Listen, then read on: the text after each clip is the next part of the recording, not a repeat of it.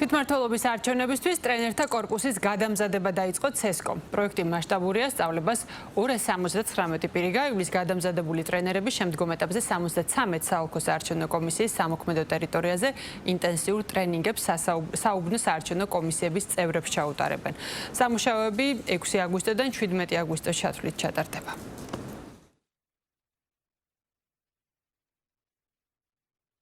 სწავლების ცენტრთან ერთად ინსტიტუციამ დაიწყო მისთვის ერთ-ერთი საკვანძო და სტრატეგიული მნიშვნელობის პრიორიტეტული მიმართულების და პრიორიტეტული პროექტის განხორციელება. ეს არის ტრენერთა ტრენინგი, რომელიც ასობით ტრენერის გადამზადებას მოიცავს, რომლებიც შემდგომში კომისიების დაკომპლექტების შემდგომ მთელი ერთი თვის განმავლობაში რამდენიმე ეტაპად გადაამზადებენ 10,000-ობით საუბნო საარჩევნო კომისიის წევრს, რომლებიც უზრუნველყოფენ შემდგომ არჩევნების ჩატარებას. ეს არის მასშტაბური პროექტი.